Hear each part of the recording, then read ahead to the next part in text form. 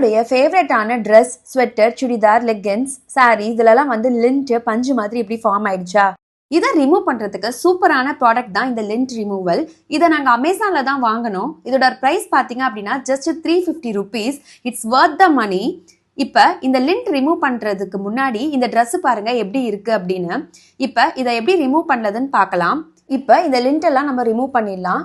இது வந்து easy to use. Just ஒரு ஆன் ஆஃப் பட்டன் இருக்கும். அதை நீங்கள் ஆன் பண்ணிட்டு எந்த இடத்துல லிண்ட் இருக்கோ அந்த இடத்துல ஜஸ்ட் வந்து நீங்கள் இது மாதிரி பண்ணீங்க அப்படின்னா எல்லா லிண்ட்டும் வந்து ரிமூவ் ஆயிடும். ரிமூவ் பண்றதுக்கு அப்புறம் பாருங்க சூப்பரா வந்து புதுசு மாதிரியே ஆயிடுச்சு.